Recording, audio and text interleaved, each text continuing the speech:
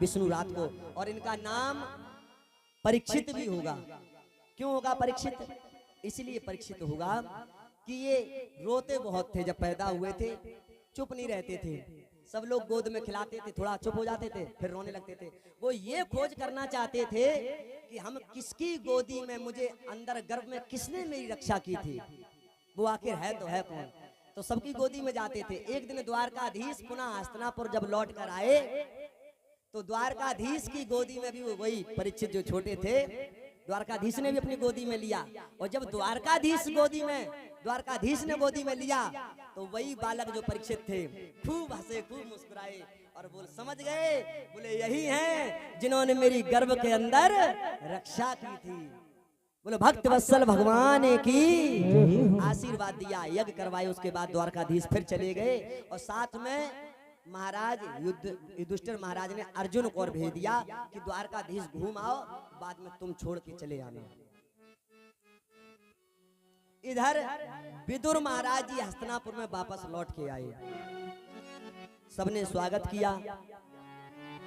कृपाचार्य, धृतराष्ट्र, द्रौपदी, सुभद्रा, द्रोणाचार्य की पत्नी आदि सबने आंखों से आंसू बहाकर स्वागत किया कि विदुर जी तुम कहाँ चले गए थे हस्तिनापुर को छोड़ करके।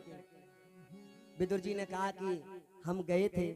युधिष्ठिर महाराज कहने लगे, अपि स्मृतनो युष्म पतिस्पाच्छाया समेधितान विपदना दिशा ज्ञानार्देर्मोचितायत से मात्र कहा।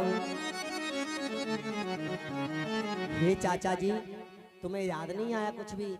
आप जिस तरह से एक पक्षी अपने बच्चों को पंखों में समेट कर पाल लेता है, ऐसे ही आप मेरे बचपन में मुझे आपने कितनी रक्षा की थी। विदुर जी ने पूछा, मेरे बाद जाने के बाद क्या हुआ? सब पांडवों ने बता दिया। हुआ क्या? महाभारत का युद्ध हुआ, सब मारे गए, पूरी कहानी बता दी। और जब इस तरह से बात बताई, विदुर जी धृतराष्ट्र के पास पहुंचे और उनको समझाने लगे कि बात बताओ धृतराष्ट्र महाराज जी, जिन पांडवों को तुमने लाक्षागृह में जलाकर मारना चाहा, जिस द्रौपदी को भरी सभा में तुम्हें नंगा करना चाहा, आज उन्हीं के हाथों से तुम भोजन खा रहे हो, और भला इस भोजन से तुम्हारा कल्याण हो सकता है ये बताओ। जिसको तुमने मारना चाहता, सब कुछ बर्बाद करना चाहता, जिनको वनवास भी तुमने दे दिया था, आज तुम्हारे भाई बंधु सगे संबंधी, तुम्हारे पुत्र आदि कोई बचा है परिवार में? और कब तक तुम इनके अन्न के टुकड़ों पर पलते रहोगे? और मानते हैं इनका अन्न खा करके तुम अगर पलते भी रहोगे, इस अन्न से तुम्हारा कल्याण होगा जिनको तुमने मारना चाहा था।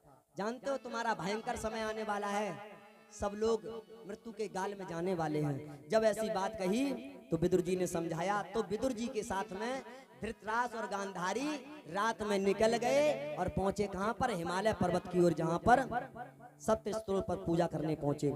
इधर महाराज समझाया, रास्ते में बताते गए कि मनुष्य अपने किए गए कर्मों का फल अवश्य भोगता है। तुमने पांडवों के साथ बहुत अनर्थ किया है ना, इनका तुम्हें किए गया कर्म का एक ना एक दिन फल अपने आप को तुम्हें भोगना पड़ेगा।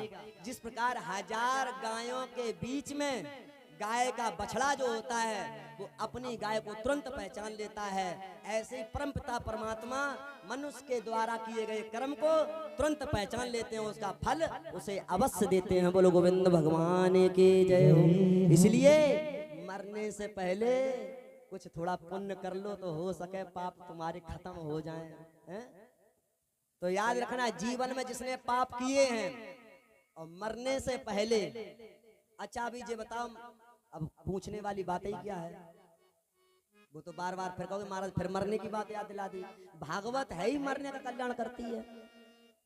अभी जो तुम्हारे पास समय है तो मरने से पहले ही तो समय बचा हुआ है। कितने लोग ऐसे हैं जिनके पास मरने से पहले का समय बचा हुआ है? जरा हाथ उठाओ। और क्या भूत थोड़ू नहीं है मरने से पहले ही बचे है? मरने से पहले का समय है, तो इस समय में यदि अगर तुमने पुण्य कर लिया, कुछ भगवान का नाम ले लिया, मृत्यु पता नहीं कब आ जाए। अच्छा किसको किसको पता है मृत्यु हमारी कब आने वाली? किसी को पता है? नहीं पता है ना।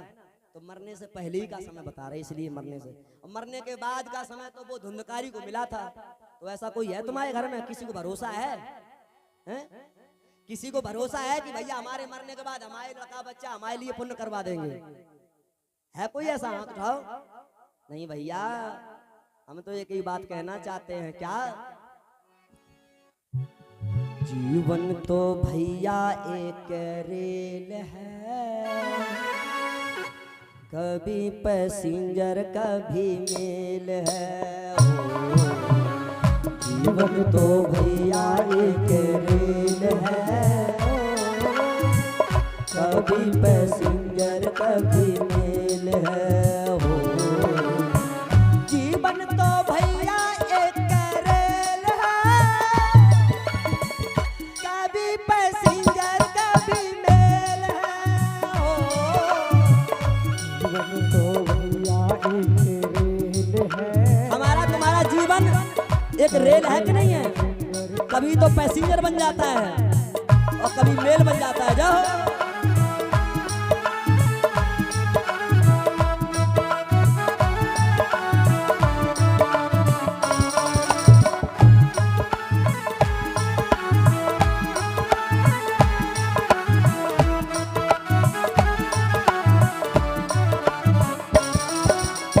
और ये शरीर रूपी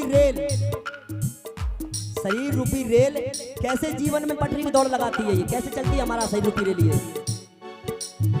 सुख दुख की पटरी पे दौड़ लगाती है, मंजिल तक हमको ये पहुंचाते हैं। सुख दुख की पटरी पे दौड़ लगाती है, मंजिल तक हमको ये पहुंचाती है। और परीक्षित जी, ये गाड़ी चलती कब तक है? जब तक इसमें श्वासें चल रही हैं। सांसों का जब तक इसमें तेल है, कभी पैसेंजर कभी मेल है। सांसों का जब तक इसमें तेल है, कभी पैसेंजर कभी मेल है।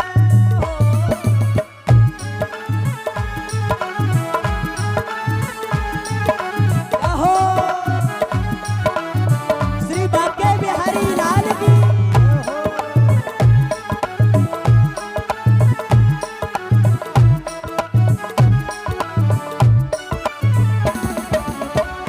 और प्यारे परीक्षित जी, इस रेल रूपी शरीर में हम लोग यात्रा कर रहे हैं, लेकिन आगे स्टेशन जब आएगा तो उतरना पड़ेगा, इसलिए बीच में हिसाब भी करना पड़ेगा। बिना टिकट के यात्रा करोगे तो पकड़े जाओगे, इसलिए अभी तुम्हारे समय है, टिकट कटा लो। कौन सी टिकट कटाओगे? सत्कर्म की टिकट कटवा लो भैया। कितने भक्त ऐसे हैं जो सत्कर्म की टिकट कटाना चाहते? जरा हाथ उठाओ, शर्म ना करो, उठाए लो हाथ। अच्छे कर्मों की टिकट कटा लेना, अच्छे कर्मों की टिकट कटा लेना, पूछे जो टीटी तो दिखला देना। अच्छे कर्मों की टिकट कटा लेना, पूछे जो टीटी ये बतला देना। ये टीटी कौन है? टीटी भी काले कोट में होते हैं, यमराज भी काले कोट में आते हैं। बोलते हैं हाँ भैया दिखाओ कैसे काम किए तुमने। अरे भैया ये तो सर्टिफिकेट लेके आया, चलो भैया इसको छोड़ो। इसीलिए कहना है अच्छे कर्मों की टिकट कटा